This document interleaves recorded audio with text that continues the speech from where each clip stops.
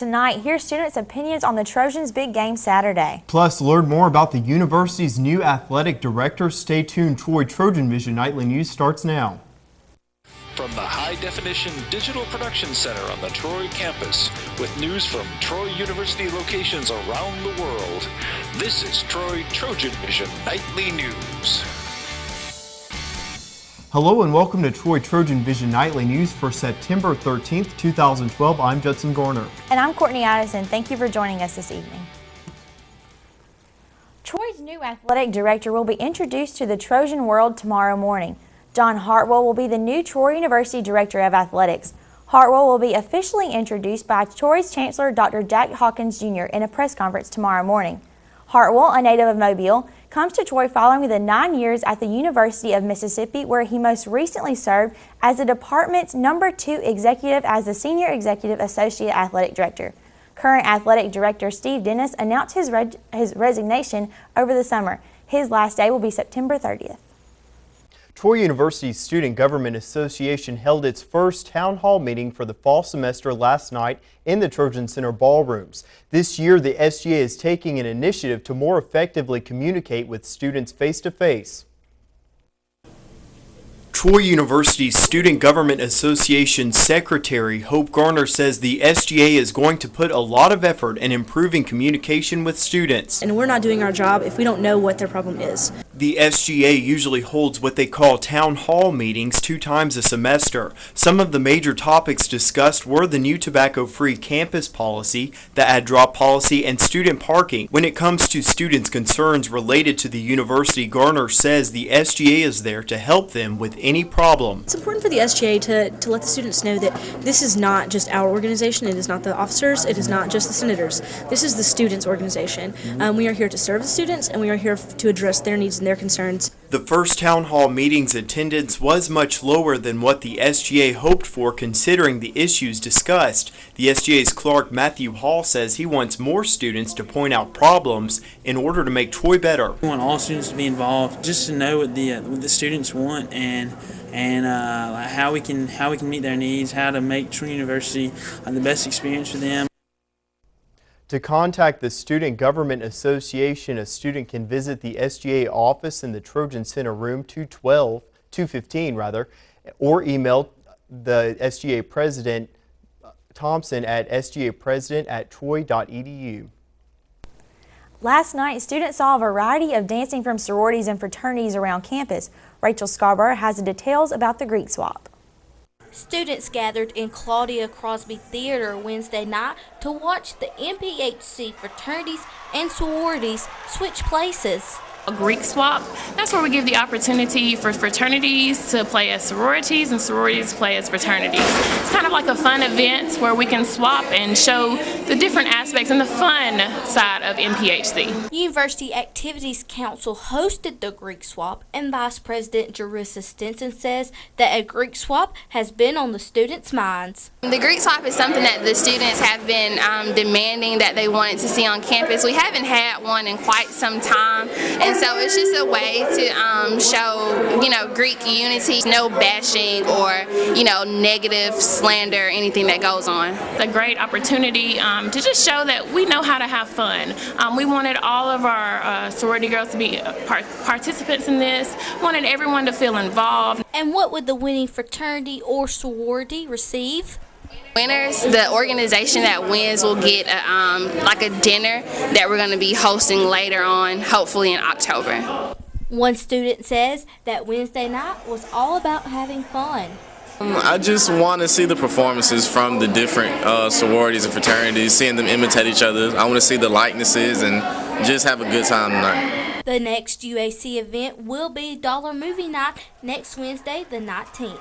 Rachel Scarborough, Troy, TrojanVision News. The winners of the Greek swap were Sigma Gamma Rho. Well, Judson, as most people know, there's a huge game going on this weekend on Troy's campus. That's right, Courtney, and Hunter Robinson took to the campus to find out what students think about the historic matchup against Mississippi State. Troy is no stranger to playing SEC teams, but this Saturday something will happen that has never happened before. Mississippi State will be a part of history as they are the first SEC team to play Troy at Veterans Memorial Stadium. Just how excited are students to see an SEC team come to Troy for the first time? On the Richter scale, I'm a 52. Fans on campus know that their team is the underdog, but really believe their team can pull off a win. Troy's known to win at home. Troy's known to make upsets at home, so I would see Troy win. I think it's going to be a good one. I think I really like what Troy's doing. I see a lot of potential out there. I think it's going to be a good game. I don't want to call anything yet, but I'm hoping Troy comes out on top. You know, I think Troy really is going to keep it close. It just depends on how well we tackle and if our quarterback can distribute the ball well. For Troy to pull off the big win at Larry Blakeney Field, fans know that one thing is critical. I think the key is going to be having to establish a running game. Establish the running game. I think we have to establish a running game. Executing on offense, a lot of stuff last week. From what I saw in the game, offense couldn't execute. You got to get this ball to Sean Southwood more. If you run, then the passing game will open up a lot more. Fans also know that playing an SEC team is tough, and that one part of the team has to step up big in order to win. Defense. We just got to get some more stops on defense. Our defense, we have to be able to stop the run. Our defensive backs got to step up. Fans know that playing big teams such as Mississippi State, Tennessee, and Navy can really help Troy University make a name for itself. And bigger. I mean, they're playing Navy and Mississippi State, so I mean, they're playing bigger teams every year. It means exposure. It means that maybe we're showing that recruits that, hey, we do play the big dog. I think it's going to be big for recruit-wise and everything like that. With this being the team's biggest game of the season so far, fans are ready for Saturday to get here. But what do they think will be the outcome of the game? Second home game, we're going to win, and that's all there is to it. Hunter Robinson, Troy, TrojanVision News. Fans will get the chance to watch Troy make a little history this Saturday at 6 at Veterans Memorial Stadium. And now taking a look at news from around the state. In Birmingham, a woman has received another setback in her attempt to reopen Alabama's oldest licensed abortion clinic. A hearing officer has ruled against Kelly Rainwater in her appeal of the state health department's denial of her application to reopen the new all-women's health care. In Montgomery, a new U.S. Census report shows the poverty rate in Alabama is mostly unchanged but has gone down some over the last year. While the median income in the state has gone up, the report released Wednesday shows Alabama 42nd among 50 states in median household incomes. Also in Birmingham, the U.S. Attorney's Office is sponsoring a day-long meeting on civil rights and hate crimes. The symposium being held today will focus on legal protections that are available as the nation nears the 50th anniversary of the events that made a city a national landmark for civil rights in 1963. Still to come on TrojanVision Nightly News, the Trojan football team is preparing for one of the biggest games to ever hit campus. Justin McNeely will give us a look at another Troy SEC matchup. But first, an anti-Muslim film may be responsible for the recent uproar in the Middle East. We'll have that story and more after the break. The Secretary of State criticizes the video sparking violent Middle East protests. I'm Danielle Nottingham at the State Department. I'll have the latest coming up. Fear death. A massive earthquake has rocked the city. Worst natural disaster this region has ever witnessed.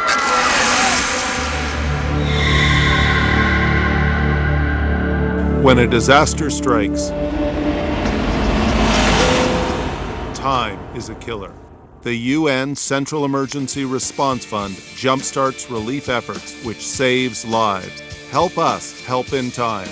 Donate now at rapiddisasterrelief.org.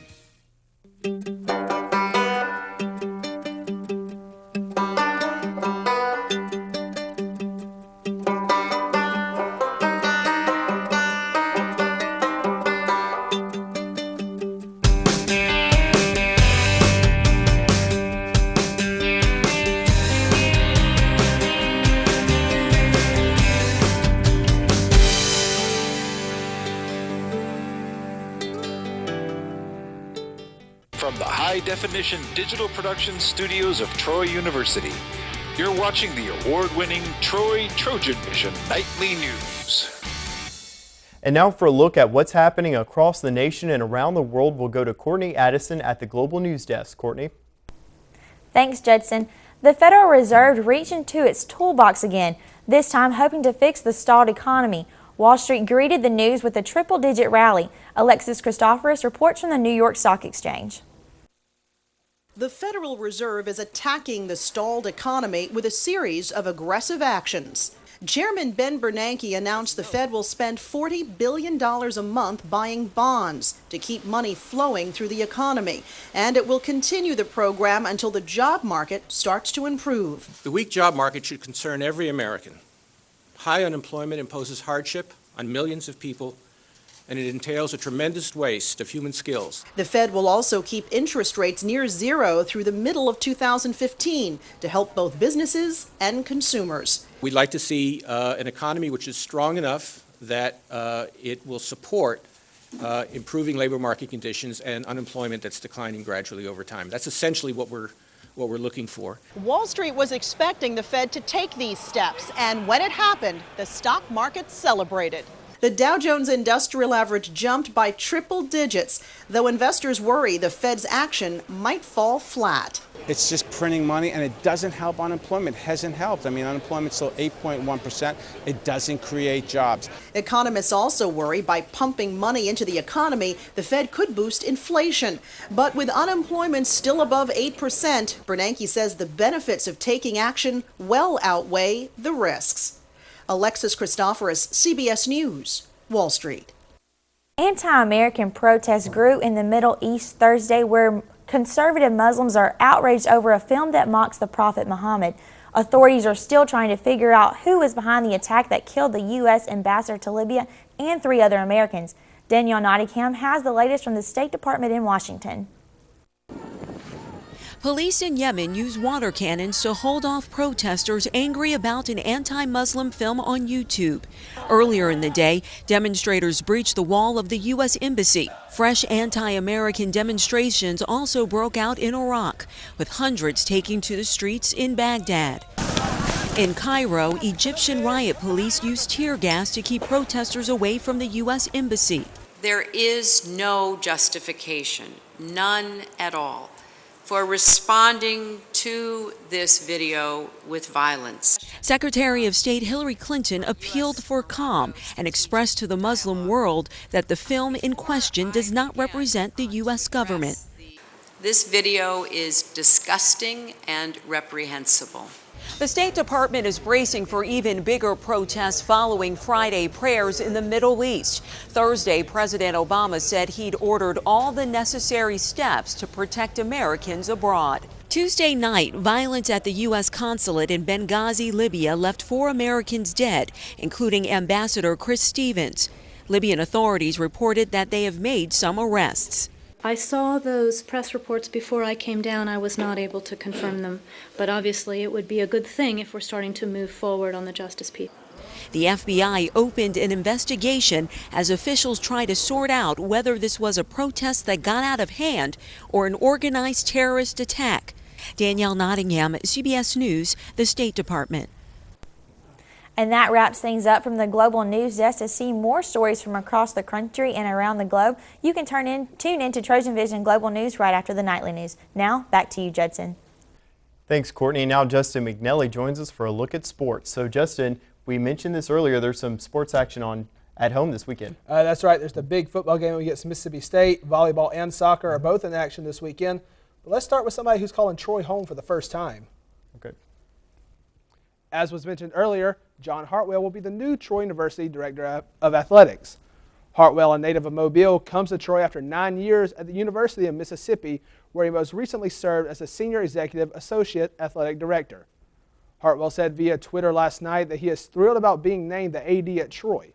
We will hear more from Hartwell tomorrow, where he will be formally introduced at a press conference in the morning.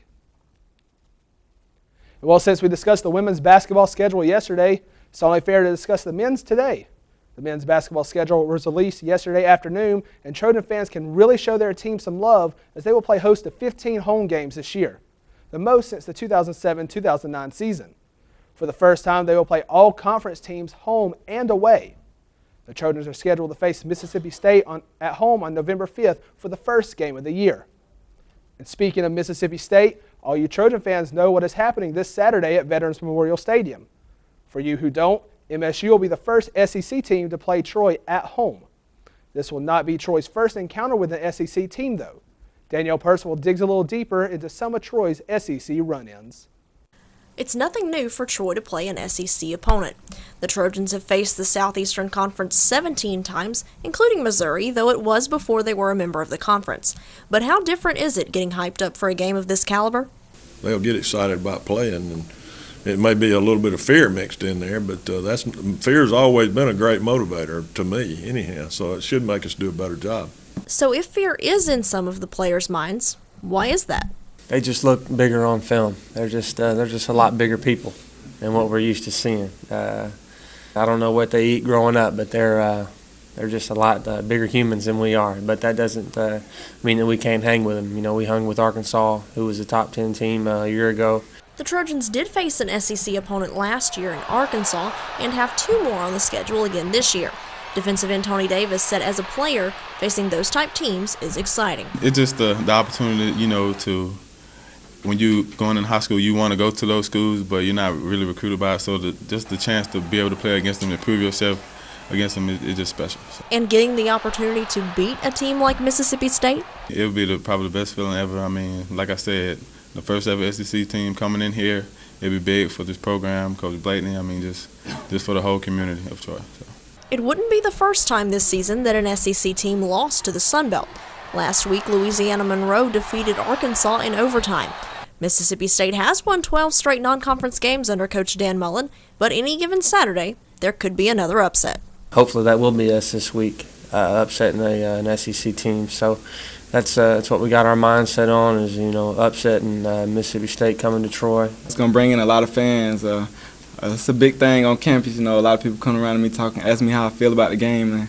And, just take it one day at a time and game plan for them, and you might see an upset this game. Danielle Percival, Troy, TrojanVision Sports. As mentioned earlier, the Trojans and the Bulldogs are set to play this Saturday at 6 p.m. inside Veterans Memorial Stadium. And the Trojan volleyball team is set to play in the ASU Invitational this coming weekend. Troy will start the tournament against a team it has some slight history with. Last year, the Trojans defeated the Yellow Jackets of Alabama State in 3 straight sets. However, that matchup was here at home. Troy enters the tournament with a 6-4 record away from Sartain Hall. The Trojans enter as a favorite for the match due to the Yellow Jackets not winning a match all year. But head coach Sonny Kirkpatrick knows his team has to play a high-quality game. We're going to have to play at our best at a high level to be able to compete with those teams. And I think if we do that, I think we're a hard team to play. If we don't do that, then we're not a hard team to play. And it just comes down to consistency and our team doing what we've taught them to do. Trojans and the Jackets will square off again Friday starting at 1 p.m. And the Trojan soccer team will play at home for the first time in nearly 2 weeks. The Trojans will face off against the Lady Bears of Mercer University, who are fresh off a 7-0 win against Alcorn State, a team Troy beat 5-0. The Trojans are trying to regain momentum off a 4-0 loss to UNC Wilmington last Sunday, but head coach Chris Bentley knows the tough challenge that awaits his team. It's a good team. I think they're going to compete for an A-Sun championship this year, no question. A lot of speed up top. But, again, it's posing a threat that we're going to have to be ready for in conference. I think if we can come out and not really focus on anything other than our own game plan and focus on what we're good at, we'll be fine. The Trojans and the Bears will take to the field this Sunday at the Trojan Soccer Complex. The game is set for 1 p.m. So as you can see, Judson and Courtney, some big games on hand for the Trojans this weekend. Big football game against SEC foe Mississippi State. Maybe they can go out and surprise the world and get a win. Yeah, there's been a lot of talk about that game, so I have a feeling that the Trojans are going to get a lot of support. I sure hope so. Yeah. All right. Thanks. Thank you.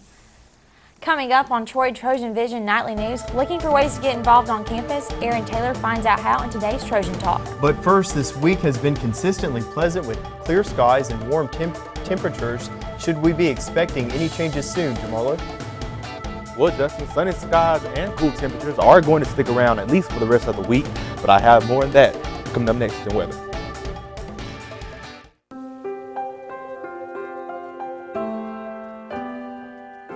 At the heart of what we do in the College of Business is care for the student. It's a personal thing with the students. We feel like the students are our most important asset, our most important products. I have never been anywhere where I've known so many students on first name basis. They stop by socially to talk to. So we understand who our students are, and we're trying to help them be better in their areas of professional work. My colleagues and I work together to create programs that our students need. What we try to do at Troy University is provide an experience to students that not only provide the curriculum that allows them to be successful in the business world, but we also try to expand their horizons to reach greater opportunities that maybe they didn't think they were capable of before.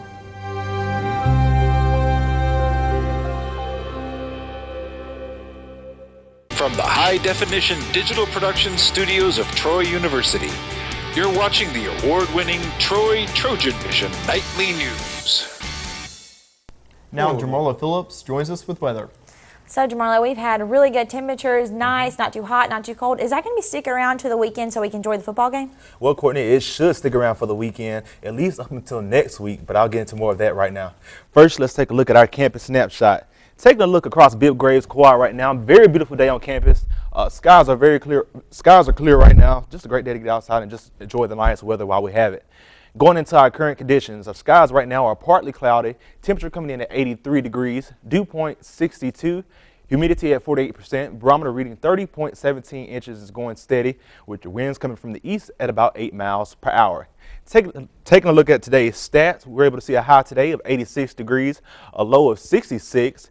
Unfortunately, we weren't able to see any rain today. Sun rose this morning at 6:27 a.m. and is supposed to set this evening around 6:52 p.m. Taking a look at our temperatures from around the state. As we take a look at temperatures from our state, we can see that temperatures are ranging from the mid-80 degrees to just about the mid-80s to low 80s. Partly cloudy skies all across Alabama right now. Huntsville coming in at 83 degrees. Birmingham 82 degrees. Montgomery sitting right here at 85, partly cloudy skies. Phoenix City 84 degrees. Troy 83. Dothan 83 as well, and Mobile sitting right down here at 86 degrees with partly cloudy skies. Going into our current temperatures across the southeast right now, we can see that we are experiencing those very warm temperatures right now compared to other areas of the United States. 79 in Birmingham right now, 78 in Atlanta, 86 in Albany. Moving on down southwards towards the Florida area, Tampa 83, Orlando 83, and Miami sitting at 84 degrees. Taking a look at our temperatures across the United States right now. As we take a look at the central portion of the United States right here, we can see that they are experiencing those fall temperatures right now. Temperatures from the 50s, 60s, up to the 70s. But as we take a look at our area, we can see that we are still experiencing those warm temperatures. Going into our current service map, we can see that we have a few high pressure systems as well as several low pressure systems. We have one sitting down here in Texas right here, along with patches of rain. We can see this cold front right here is pushing up northward, up into the northern portions of Texas and Central America. High pressure systems as well. Going to take a closer look into our area, we can see that our area is clear. But taking a look at the west, we can see that we have this low pressure system sitting right here along Texas, as well as these patches of rain, which we may be seeing a few showers maybe in the next week or so, but nothing to be worried about just right now. Taking a look at our departure from normal, we can see that again in the central portion of the United States, in the Texas area and the northern portion of Texas, we can see that they are experiencing very cool temperatures than what they've been seeing, 28, 27, and 18. Very high right now, but as we take a look in our area, we are only experiencing maybe 1 or 2 degrees from normal than what we've been seeing in the last few days. Going into our precipitation forecast, we can see that we will be clear for the next 48 hours. But as we go into Friday's forecast, we can see that we still have rain down here in Texas as well as down there in Florida. But as we take a look at our area, we can see that our area will be clear for Friday as well. Going into Saturday, our area will remain clear. And going into Sunday, it will remain clear as well. We'll have rain still to the west of us and also still down in Florida. But as we go into Monday's forecast, that's when we should be on the lookout for that rain. Make sure that you have an umbrella. Make sure that you have a light jacket, a light jacket as well. Going into tonight's forecast, partly cloudy skies with your winds coming from the northeast at about 5 miles per hour. Tomorrow's forecast, a high of 86, mostly sunny skies. Going into our 4-day forecast, taking a look at Friday, Saturday, Sunday, and Monday. Very, very, very, very nice throughout the week up until Monday, Courtney. We'll see a chance of thunderstorms on Monday. So, it's a great time to get out there and enjoy the nice weather while we have it. Thank you, Jamarla. Absolutely. Thanks.